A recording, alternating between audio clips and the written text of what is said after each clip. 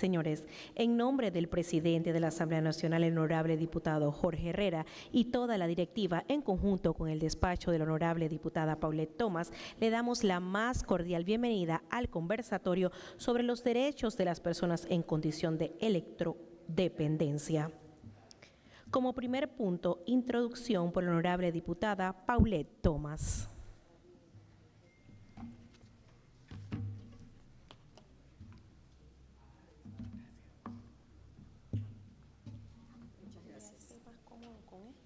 Sí, así está. Okay. Buenas tardes. Bienvenidos todos a este conversatorio sobre los derechos de las personas en condición de electrodependencia. Gracias por participar de este espacio que hemos querido crear para hablar desde un lugar profundamente humano. Hoy no vengo solo a compartir información, sino a enviarles, a invitarles a enfocar desde otra óptica una realidad que es invisible para muchos. ¿Qué es una persona electrodependiente? Es alguien cuya vida depende de la energía eléctrica. Literalmente, esto no es una metáfora.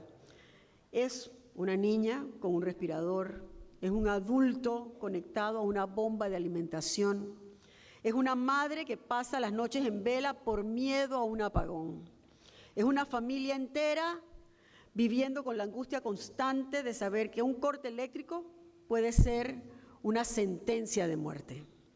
Cuando hablamos de electrodependencia, hablamos de algo más que una condición médica. Hablamos de una condición de vida que exige acompañamiento, atención y sobre todo compromiso. El acceso ininterrumpido a la energía para estos pacientes no es un lujo, es un derecho y como tal debe ser respaldado por las empresas, acompañado por los grupos de apoyo o familias y fomentado desde el Estado.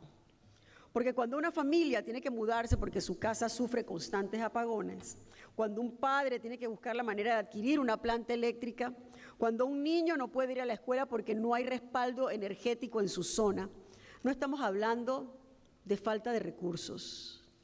Estamos hablando de falta de voluntad y empatía. A veces siento que en nuestra sociedad nos falta ese sentido de empatía. Nos falta escuchar más historias de quienes están cerca de nosotros. Nos falta dejar de pensar que esto les pasa a otros, porque cualquiera en algún momento podría necesitar de una máquina para vivir y entonces, solo entonces, entenderíamos su realidad, no solo física o de salud, sino económica y social.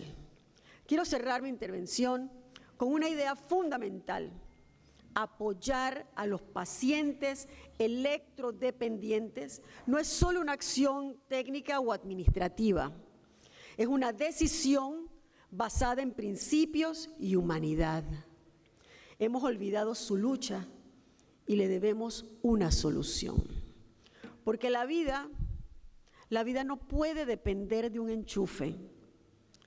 Si no hay nadie comprometido en asegurar que ese enchufe nunca se desconecte. Muchas gracias.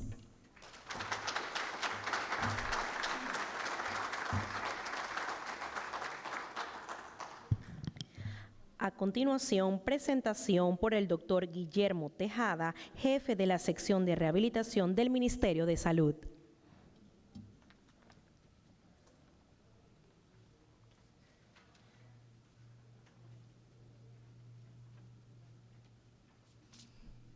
Muy buenas tardes, honorable diputada Paulette Thomas, licenciada Fanny Wong, licenciado José Towson y mi gran amigo Publio Arjona. Buenas tardes a todos también por permitirnos esta oportunidad de estar con ustedes para conversar un poquito sobre el tema que nos compete en la tarde del día de hoy.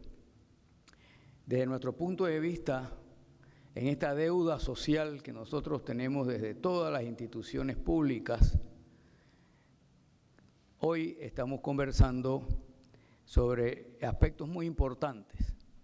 Se trata de una condición única. La siguiente, por favor. la licenciada Paulette mencionó algo sobre qué es la electrodependencia. Esta es nuestra agenda que vamos a conversarles en el día de hoy. ¿Qué significa una persona electrodependiente? ¿Cuáles pudiesen ser algunas de las causas más comunes, el impacto en la vida diaria de estas personas, algunas de las normativas que hay a nivel internacional y algunas conclusiones muy particulares? Siguiente, por favor. La electrodependencia, ¿qué es? Bien se tilda como una complicación en la salud. El bien más preciado, que es la vida humana, se ve comprometida en su efecto más distorsionado, que es la afectación de la salud. El depender de esta situación en donde la carga de energía eléctrica es la que va a determinar tu calidad de vida, ¿sí? Y antes de eso, tu supervivencia, ¿sí? Es tu soporte vital. No se puede vivir una persona con electrodependencia sin la energía eléctrica para sus funciones vitales. Entonces, solamente manteniendo un estado de salud óptimo, nosotros podemos lograr un alcance en esa calidad y bienestar de vida de ese individuo. Siguiente, por favor. Hay individuos que son permanentemente conectados y hay individuos que están temporalmente conectados. Estos son los dos tipos de electrodependencia. Conocemos pacientes que tienen que estar las 24 horas del día, ¿sí? Y conocemos también pacientes que necesitan 6 horas, 10 horas, 14 horas, ¿sí? Pero en ambos casos, ¿sí?, para poder seguir manteniéndose con vida, el asunto es la vida de la persona, necesitan estar pegados a un aparato que es el que le va a sustentar la vida. Conocemos algunos de ellos, la mayoría de ustedes han escuchado, siguiente por favor, de ejemplos importantes, ¿sí? Pero estas personas tienen la esperanza de vida como todos nosotros. Su calidad de vida, padre, familia, tíos, hermanos, como todos. Yo le digo a mis alumnos, yo soy docente por muchos años, más de unos 30 años, que la realidad del paciente la sufre el paciente, la vive el paciente, ¿sí? Pero aquellos que no tienen esa realidad deben coadyuvar a mantener el estado de calidad de vida de ese individuo, aún sabiendo que en cualquier momento puede llegar también esa persona a estar en esas mismas condiciones. Entonces es una dependencia continua. ¿Para qué? No es el hecho de estar pegado a un aparato, es el hecho de tener la vida, que ese aparato es el que le está brindando la manutención de aquel momento específico en el que usted quiere vivir. Yo estoy seguro aquí que muchos de ustedes, o la mayoría de ustedes, no quieren morirse esta tarde, ¿no? Entonces, incluso las personas con discapacidad, las personas con electrodependencia, también tienen sus aspiraciones personales de vida. Y eso es lo que la sociedad de hoy panameña no está consecuente con la realidad de vida de la gente que necesita este tipo de atención. Siguiente, por favor. ¿Ustedes creen que solamente los electrodependientes están en un hospital? Tenemos ejemplos que realmente no lo son.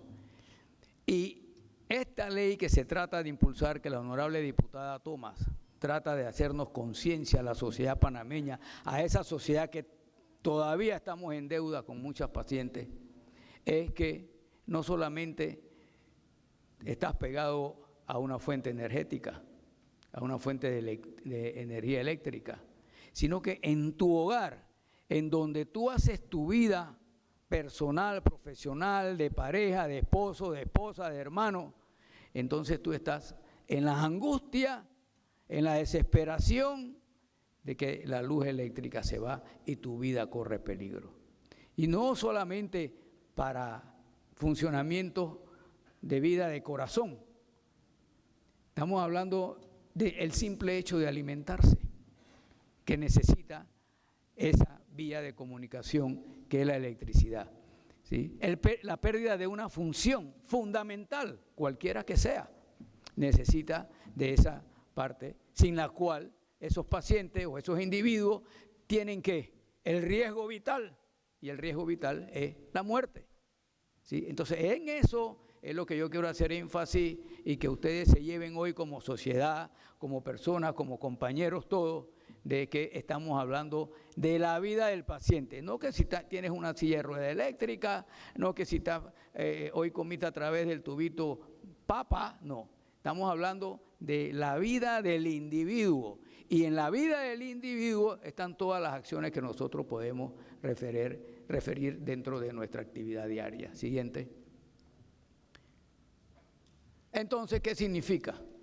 Que tú tienes una enfermedad, tienes una condición que te corta la función de un órgano específico vital, o tienes un accidente en el transcurso de tu vida que también te lastima esa actividad de tu órgano que te permite la función vital. Y ahí tenemos enumerados cualquier tipo de patología que nosotros nos encontramos desde el punto de vista médico, desde el punto de vista familiar, desde el punto de vista de individuo, ¿sí? Todas esas actividades mórbidas o todos esos elementos que van a afectar a la vida del paciente, la función vital del paciente, este paciente tiene que, ustedes imagínense esta frase, vivir conectados, ¿sí? Si usted se desconecta, se muere. Siguiente, por favor. Entonces, la vulnerabilidad que tiene ese individuo, el impacto devastador que tiene ese individuo fuera de la energía, ¿sí? Estamos lesionando en ese individuo todo lo que nosotros venimos pregonando en derechos humanos, que si lo dice la ONU, que si lo dice la OEA, que si lo dice la Asamblea de Diputados, que si lo dice el médico, ¿sí? Estamos vulnerando lo vital de ese individuo que es la vida. Yo recuerdo que mi abuelita siempre me decía, lo más sagrado es la vida, ¿sí? Entonces, si lo más sagrado es la vida y la salud es la condición primaria para que usted pueda tener vida, entonces tenemos que mantener la vida. Este tipo de pacientes o estas personas en su impacto en su vida, los que no las conocemos, los que no hemos tenido experiencia con este tipo de individuos, creo que dentro de este momento que yo estoy tratando de decirle a ustedes perdonen que yo a veces me emocione, pero estos temas de verdad pues toda la vida lo he sentido y he tratado de no hacer interrupción en la vida con estas situaciones. Pero es el estrés emocional, es la sensibilidad que usted tiene que tener, es la incertidumbre. Usted no sabe en este tipo de pacientes qué va a pasar cuando se va la luz, ¿verdad? El suministro de energía eléctrica. Siguiente. Entonces, ¿qué situación viven estas personas diariamente, este tipo de personas? El impacto en la vida de estos individuos va desde tratar de comerse una galleta con un vaso de agua hasta, ¿verdad?, como nuestro gran amigo Publio hace todo su trabajo a través de las situaciones que él tiene ahí enfrente, ¿verdad? Tiene su pantalla, moviendo solamente, ¿verdad?, la parte superior de su anatomía, que es la cabeza. Entonces, ese es el sentido que nosotros le tenemos que dar a las condiciones siguientes de electrodependiente, ¿verdad? Bien, hay algunas leyes anteriores, ¿sí? Hay países, hay experiencias anteriores en el área nuestra desde 2017, siguiente, en otras terruños ya desde el 2020 y que tienen dificultades todavía, no crea que lo tienen resuelto, porque aquí hay una cosa que vamos a decirlo, que son las realidades de la vida. Las empresas que distribuyen o que generan la energía eléctrica, ¿sí? Siguiente, Panamá, por ejemplo, ¿sí? Siguiente, Panamá, por ejemplo, no tiene una normativa jurídica, aquí estamos para ello, ¿sí? Y quiero comprometerme ante toda la sociedad panameña en lo que yo pudiera servirle con todo el gusto a la honorable diputada. Tenga mi compromiso formal y profundo, y a todas las personas que tienen que ver con uso de aparatos electrónicos o eléctricos que necesiten la energía del suministro eléctrico. No hay un registro nacional. Nosotros no tenemos eso en Panamá. Tenemos que crear todas esas condiciones para ir favoreciendo a estos individuos. Sí tenemos alguna que otra cosita. Bueno, la ley de discapacidad general que todos conocemos, que inició con la 42, después reformada por la ley 15, pero tenemos la ley, la ley 260 del 3 de diciembre de 2021, bastante reciente, ¿sí? En donde sí está la atención domiciliaria del paciente. Y estamos hablando aquí ahorita de individuos que necesitan esa atención en su hogar, no el que están hospitalizados, ¿sí? Sino el que a diario, saliendo del hospital, ya en una condición de vida más común, más rutinaria, pues se va a su casa, como todos queremos irnos a nuestra casa. La Caja de Seguro Social tiene el sistema de atención domiciliaria integral, que ustedes lo conocen como SADI, ¿sí? Y fíjense nada más, no tenemos estadística, pero buscando, me pusieron a buscar mucha estadística para esta conferencia, o para este conversatorio, mejor dicho, ¿verdad? Ya tenemos identificado 2.737 pacientes que necesitan de la unidad de energía eléctrica para sobrevivir. Y solamente en una patología, que es la enfermedad renal, ¿sí? Entonces, ya identificado con lista dentro de la Caja de Seguro Social, dentro del Ministerio de Salud, y solamente esos pacientes se vieron en el primer semestre del 2024. Estamos en el 2025. ¿Verdad? Siguiente.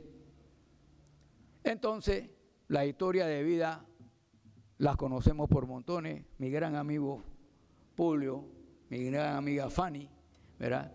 Que después que yo termine aquí esta introducción, porque este tema da para 4 días de conversatorio, ¿sí? Ahorita mismo, porque me dieron 15 minutos, doctor, apúrese, porque después viene otra gente. Entonces, bueno, estamos tratando de hacer ahí un chorizo, ¿verdad? Rapidito de eso. Pero señores, aquí yo les quiero dejar la sensibilización. Deuda, ¿sí? Moral, deuda social, deuda económica que tenemos con los pacientes, ¿verdad? ¿Sí? Para mí la más importante es la deuda moral y la deuda social, ¿de acuerdo? Porque a veces cuando nosotros somos novios, nada más nos comemos un helado y disfrutamos el momento. No tenemos que ir a grandes restaurantes y gastar $100 para ir a comer, ¿no? Entonces, siguiente, por favor. Entonces, ¿qué vamos a hacer ya para ir concluyendo? Tengo ahí 3 presentaciones de conclusiones. Como le dije, tenemos que trabajar en el registro nacional, ¿sí?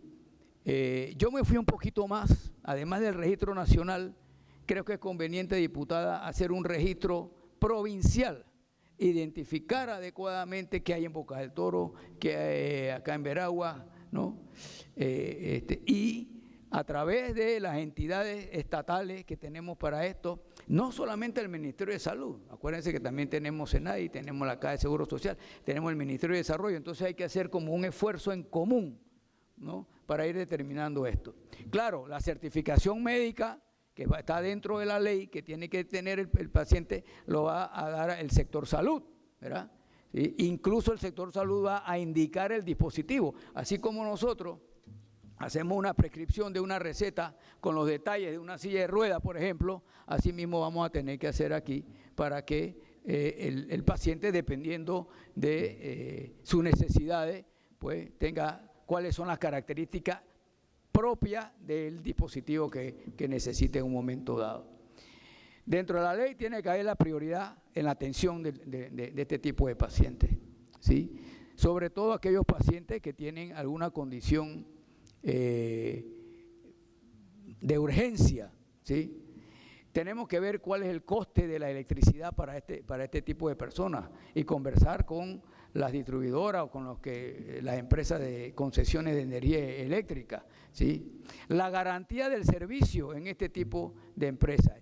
Esas empresas deben también tener su lista de personas electrodependientes y en el momento que ellos saben que van a programar un apagón, porque hay apagones programados, hay otros que no, ¿sí? Entonces, llamar Alguien tiene que tener una oficina para avisarle a la persona electrodependiente o a su familiar: oiga, mire, para el sábado a las 3 de la tarde, así como cuando dicen que van a cerrar el puente de las Américas o que van a cerrar el otro lado, ¿verdad? Entonces, este tipo de información a tiempo tiene que tener este tipo de pacientes, ¿no? Y no solamente la garantía del suministro eléctrico, sino que ese suministro eléctrico en este tipo de pacientes tiene que ser constante, tiene que ser continuo y tiene que tener niveles de tensión adecuada. Si no, se daña el aparato. En el mejor de los casos se daña el aparato, pero en el peor de los casos está la muerte del paciente, ¿sí? Entonces hay que tener en esta ley, exigir, y sobre todo cuando se haga la reglamentación, quien sea el estamento que haga la reglamentación, ¿sí? Hay que tener protocolos de emergencia, ¿sí? Y eso tiene que instituirse y solicitarse, ¿no? Y debe haber un equipo, ¿verdad?, que se dedica a eso, y que de salida nosotros podamos obtener una buena convención de arreglos y de asuntos que nosotros tenemos que tener ahí. Y no se queda allí, porque viene el mantenimiento de ese equipo, ¿no? Ese mantenimiento, ese funcionamiento adecuado del equipo, ¿verdad?, también es primordial, ¿sí? Y cuando va a fallar la energía eléctrica, por lo menos la programada, ¿sí? Por lo menos la programada, hay veces que hay una bomba, quién sabe qué le van a poner a algún lado. Nosotros tenemos que tener que ese funcionamiento, con ese apagón programado y ese mantenimiento de ese equipo que nosotros vamos a tener, tenemos que garantizarle, ¿sí?, el coste a ese individuo por el cual no va a tener energía eléctrica. Y decirle: oye, incluso hay países en que las concesionarias de energía eléctrica le brindan el aparato extra que necesite, un generador o un cargador de la batería de lo suyo, si es que se puede usar por batería. Entonces, esas cosas hay que tenerlas presentes en este tipo de pacientes electrodependientes. Siguiente. Entonces, además de esto, nosotros podemos también, diputada, ver el coste que implica la instalación, la adaptación, ¿sí? Todos los que estamos aquí vivimos en el área urbana, pero yo conozco gente en la montaña, en la serranía, ¿verdad?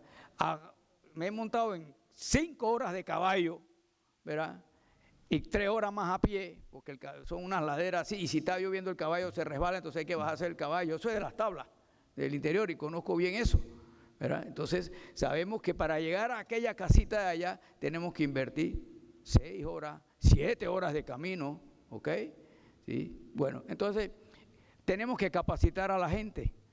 ¿Sí? Estos programas de capacitación nosotros tenemos que tenerlos y dar tiempo de respuesta adecuado. El paciente con electrodependencia no puede esperar hasta que usted llegue y mire cuánto le puede durar un monitor de estos que le da oxígeno al paciente a través de una conexión eléctrica. Se muere el paciente o la persona. Entonces tenemos que ver y valorar bien los tiempos de respuesta, ¿no? Y dar soluciones técnicas, dar soluciones específicas, ¿sí? Y tener una mesa de seguimiento y de control en ese tipo de pacientes. Porque no es que hoy ya tú hiciste la ley y bueno, y se fue la luz y el que está allá metido, no sé, los diputados que del interior que conocen también sus áreas, ¿verdad? ¿Sí? Tienen que saber cómo se llega allá. ¿Cuál es la logística para irle a llevar el equipo, ¿sí?, a esas circunstancias, a ese tipo de pacientes? Siguiente.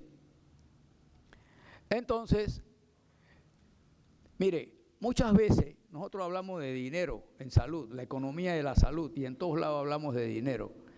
El paciente que usted sale de un hospital, lo saca de un hospital y se va para su domicilio, pegado a un equipo de estos tipos de necesarios de la energía eléctrica, ese paciente ya no va a utilizar una cama. Hasta beneficios trae que usted tenga ese paciente, ¿sí?, en el domicilio y no lo tenga hospitalizado en una instalación de salud.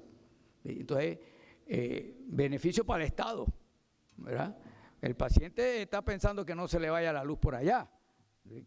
Entonces, hay posibilidades de comunicación adecuada y de identificación adecuada entre el médico y los técnicos y el personal de esa empresa concesionaria, ¿no? Aquí nosotros tenemos, hasta donde tengo yo entendido, 2 empresas concesionarias de salud, ¿no?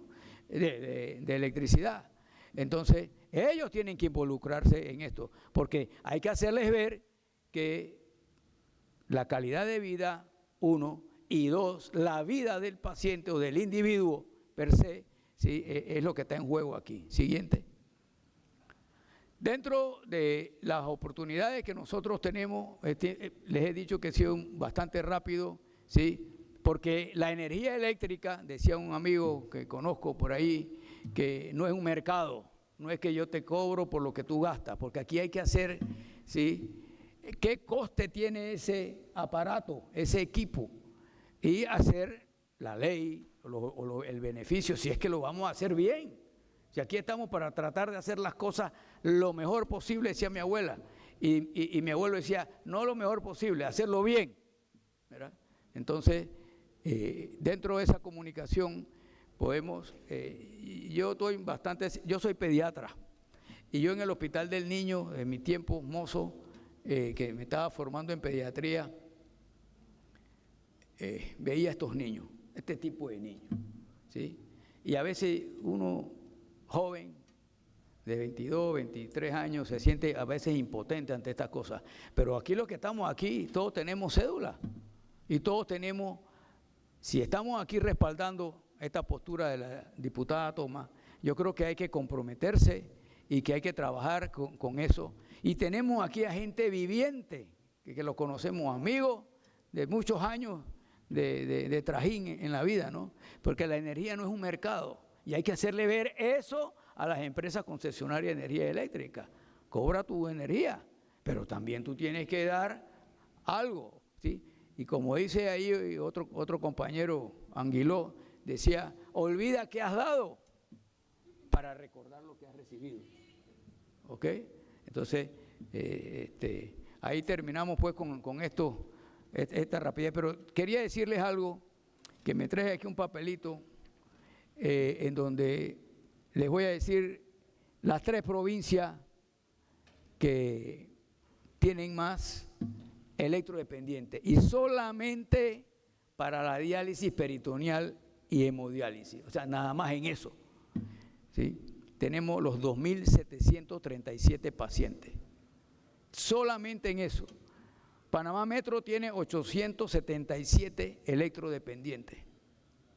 Chiriquí tiene 413 electrodependientes, ¿sí? Y le estoy dando los datos del año pasado. En este 2025 no sé. Las llamadas que hice y las vueltas que hice, nadie me supo decir nada todavía, ¿verdad? Pero ese es un trabajo que tenemos que hacer. Y Coclé tiene 331 personas electrodependientes, ¿sí? O sea que estamos hablando, los hombres, porque somos más. 1.690 hombres y 1.047 mujeres, ¿verdad? Los más flojos. Pero bueno, entonces Panamá Metro, Chiriquí y Coclé liderizan nuestras pacientes con electrodependencia, solamente les repito, en la diálisis peritoneal y en la hemodiálisis, que son las cosas que podemos tener más a la mano, porque todos los hospitales regionales o la mayoría tienen una sala de hemodiálisis, y acá en el seguro también lo tenemos. Entonces, pero aquí tenemos todas las provincias, o sea, los que son de Veragua, los diputados de Veragua, ¿sí? Tienen 220 personas con electrodependencia, ¿sí? Los de Colón tienen 190, los de Herrera tienen 150, o sea que hay una cantidad importante de individuos. Y la gente parece que, decía mi abuela, tienes que aprender cuando te dan el cocorrón, ¿verdad? ¿Sí? Pero hay que prevenir. Nosotros en medicina usamos mucho la prevención y evitamos muchas de estas dificultades que nosotros tenemos. Así que bueno, estoy a la orden. Muchas gracias por la atención. Y ahora vamos a compartir uno de los momentos que yo estaba muy contento y muy feliz de compartir las experiencias de vida. Yo puse una diapositiva ahí de experiencia de vida, pero aquí están mis amigos, ¿no? Publio Arjona y mi amiga Fanny Wong, que mejor que ellos no pueden dar aquí a nosotros la experiencia de vida. Muchas gracias, buenas tardes.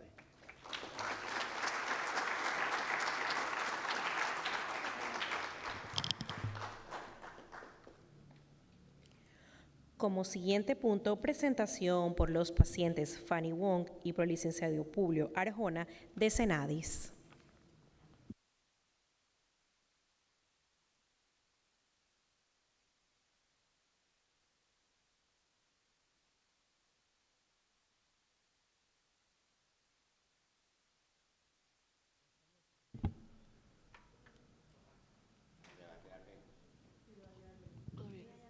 Muy buena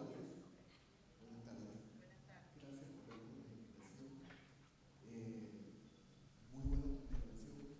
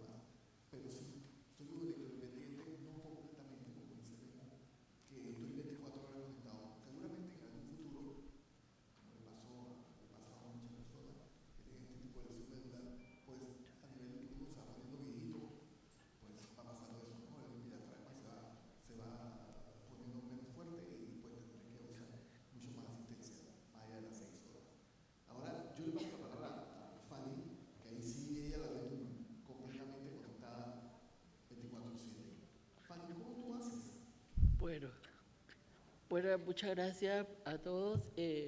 Gracias, Paulette, por esta iniciativa aquí de Senadis. Realmente creo que yo voy a tratar me voy a utilizar como de material didáctico para que podamos todos captar qué es lo que estamos tratando de decir con esto. A mí me dio polio a los 5 años, ¿ok? Así que, y me dio del cuello para abajo, no movía los brazos, que eso afectó mi parte respiratoria. Yo he superado esa parte, hice rehabilitación y todo, gracias a Dios, algunas cosas recuperé. Inclusive yo no usaba oxígeno. Después de tantos años, no voy a decir mi edad, volvimos a tener lo que se llama el síndrome de pospolio, lo cual me afectó la parte respiratoria. Y tuve que volver a empezar a usar oxígeno, porque cuando me dio polio yo usaba un pulmón de acero, o sea, un ventilador mecánico de ese tiempo. Y entonces, bueno, está bien pues, todo esto es una adaptación. Te digo que después de caminar con muleta, volver a estar en silla de ruedas, después no podía usar silla de rueda manual, tengo que usar silla de rueda eléctrica, después no, que tengo que usar oxígeno, después me dio cáncer, y como secuela del cáncer, me afectó la quimio, los pulmones, y quedé yo usando un ventilador mecánico, como ese que puso Publio al principio, sin el cual yo no puedo vivir. O sea, ya no solamente oxígeno, sino yo tengo un ventilador. Ustedes no lo ven porque yo lo tengo escondido aquí, debajo del escritorio, pero es como la máquina que puso Publio ahí. Es algo que les quiero decir que es algo vital. Uno se puede adaptar, pero uno necesita. No es una cosa que, digamos, sino que en la vida de uno depende de eso. Hace 2 semanas se fue la luz en mi casa. Se fue 5 minutos. Yo pensé que yo me iba a morir ese día, porque no tenía batería de respaldo, ¿verdad? En mi casa vivimos 3 adultos mayores, así que no tenía quien me conectara. Así que yo doy gracias a Dios que yo estoy aquí para conversar, para explicarles a ustedes lo vital que es. Eso se hubiera, de alguna manera, con este proyecto lo que queremos es eso, de que las personas que dependan 100%, 1000% de la electricidad, tengan la ayuda técnica que necesita.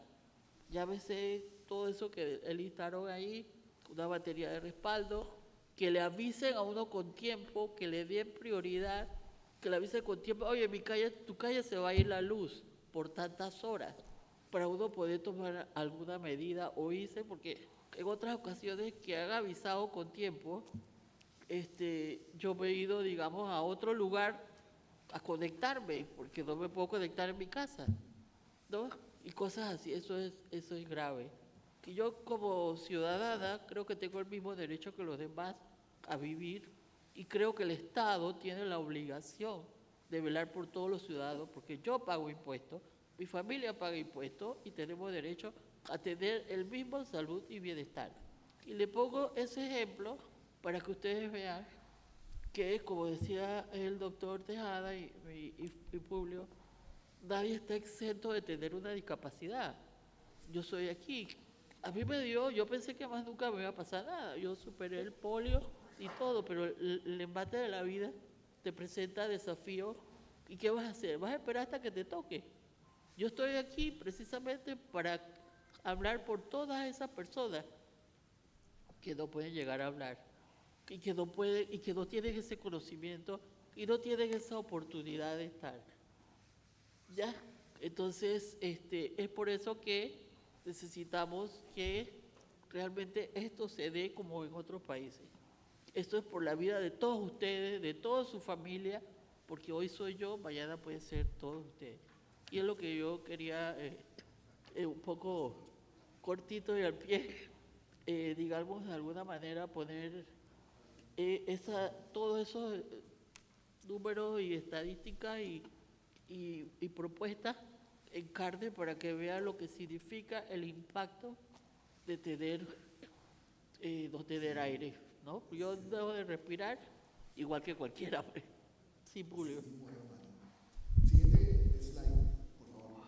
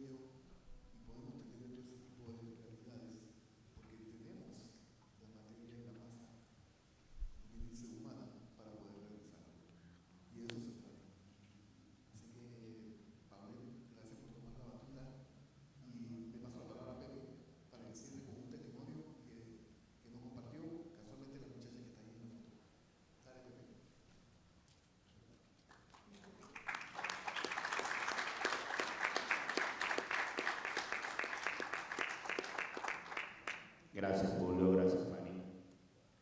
La verdad, me toca dar las conclusiones.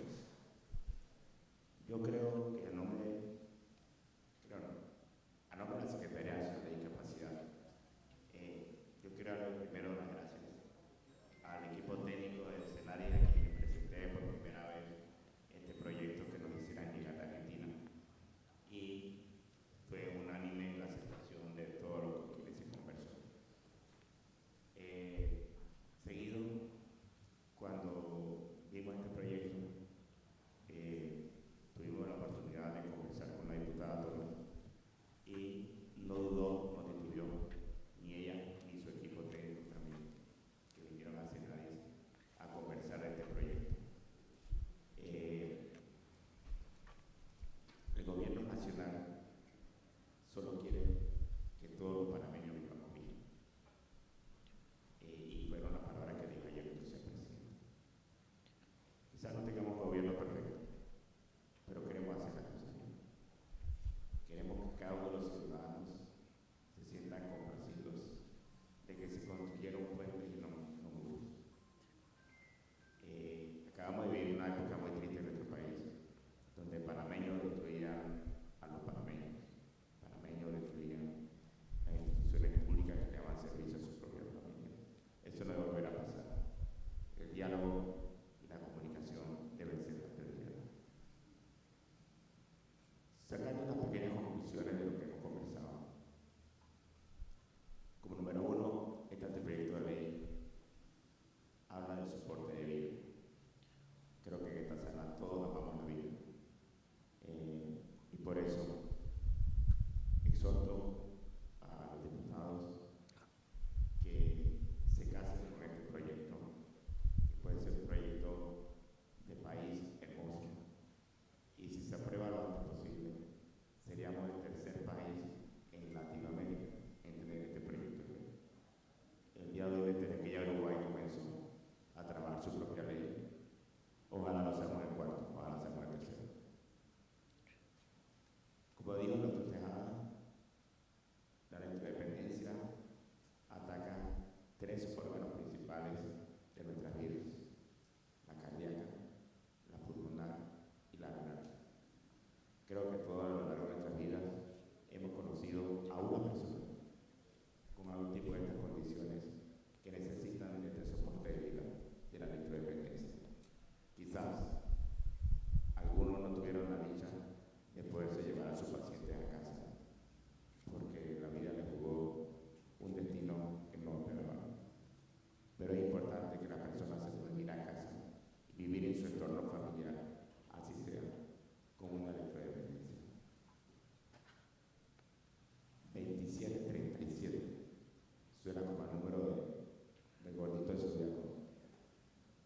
Pero que Memo no haya presentado, el doctor Tejada, disculpen la atrevimiento, no haya presentado que hay una estadística solo en el área renal de 2.737 personas panameñas que necesitan de una electrodependencia. Creo que estamos hablando de muchos panameños que hoy día son una población invisibilizada y tenemos una deuda con ellos.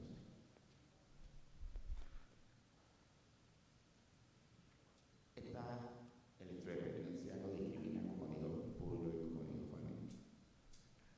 Y la verdad que debemos trabajar todos en un solo norte para que esta ley sea un éxito y que las distribuidoras de electricidad cumplan su rol de dar un derecho legal, derecho social, que tienen todos los panameños que necesitan de una electrodependencia. Yo quiero darle las gracias a las tres personas que yo conozco personalmente, que son electrodependientes, y queremos presentarles quizás un tremendo proyecto que nos está dejando nuestra querida Natalie Pesos. Así que les pido por favor que corran el video.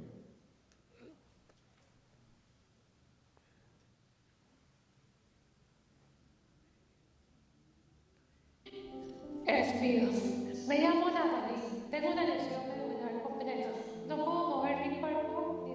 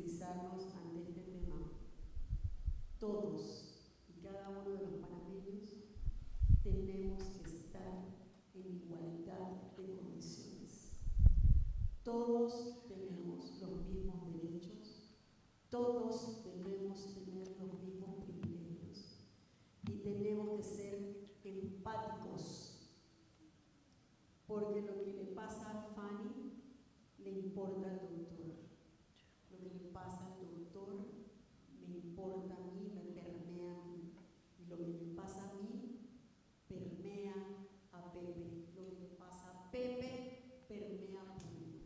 Y así nos vamos en una cadena. El día que empecemos a actuar tomando en consideración eso, realmente estaremos iniciando a sentar las bases reales para construir el Panamá que todos soñamos. Muchísimas gracias por acompañarnos.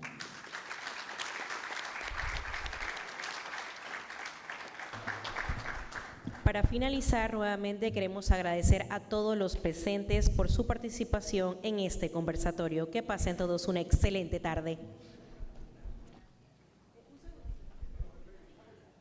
Un segundito. Si hay alguna pregunta, ¿sí? Claro, creo que es importante. Yo misma voy, no se preocupen. Sí, dele, pues. ¿Puede acercarse, por favor? Casi nos estaba yendo el avión, pues eso es bien importante. Sí.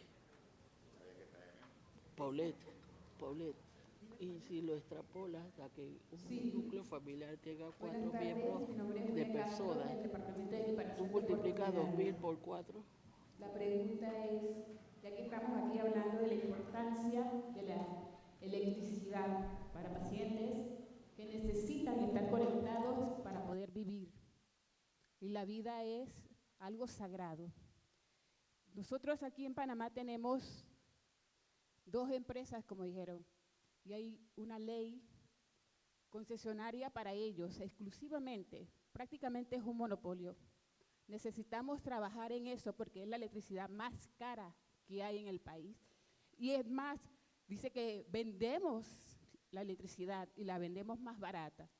Entonces es necesario que hagamos algo referente a esto y que cuando nuevamente se le dé este contrato a estas empresas que no respetan, ni que estés enfermo, ni que tengas necesidades en tu casa, la electricidad más cara. Entonces tenemos que estar pendientes de todo esto y ser solidarios con estas personas que de verdad necesitan. Yo creo que debe haber más proyectos en base a esto, porque yo siento que si ellos necesitan para vivir esto, entonces debe haber proyectos donde se pueda tener la luz, eso que ponen arriba de los paneles solares, y que es necesario que ellos tengan, no que ellos dependan de que si se va o no se va, porque ellos tienen una condición y hoy son ellos, mañana puede ser un hijo de nosotros o nosotros mismos, porque la salud no tiene precio y porque podemos salir allá a la calle y los accidentes pueden pasar en cualquier momento y en cualquier hora. Agradezco de verdad que se tome en consideración esto, diputada Paulette, y gracias por esto que nos hace sentir de verdad el sentimiento, lo que pasan las personas con pacientes, que necesitan la electricidad para vivir. Gracias.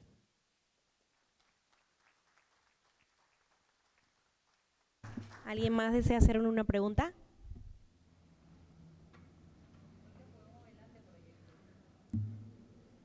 ¿Dónde podría ver el anteproyecto?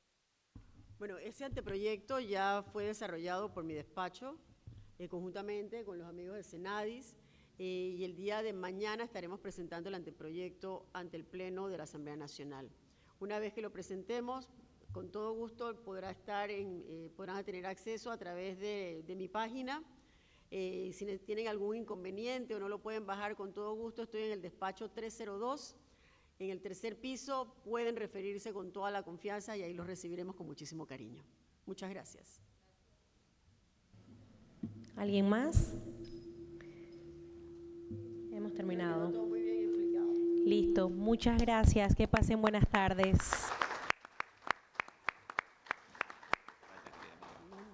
Vamos para adelante. Y me va a invitar a Magali. No salimos de aquí, tú sabes, Magali, cuando empieza. Esa no termina. Vocera. Mañana, una vez que lo presente. quiero ir a hablar con el presidente nuevo para lograr el apoyo ahí mismo, para que vayamos.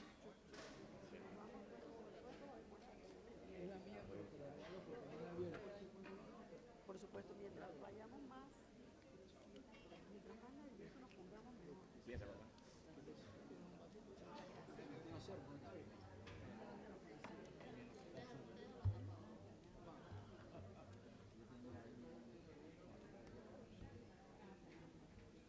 Ay, claro que sí, cómo no.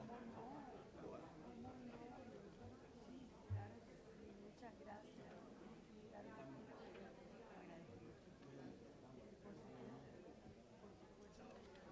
Gracias, doctor. ¿Cómo no? A la orden. Qué bueno, porque manejo ahí para ver qué pasa. Muchas gracias. Fanny no está aquí, Fanny se fue allá.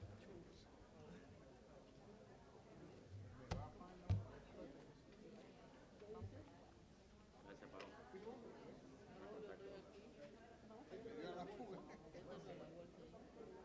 ¿Qué me dijo? Ok. A Pablo medio, Fanny.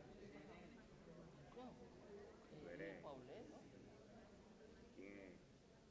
¿Quién es de los medios? Ella, pero la van a entrevistar a Paulette. Yo no sé, en serio, yo soy Pepe, tú eres la autoridad.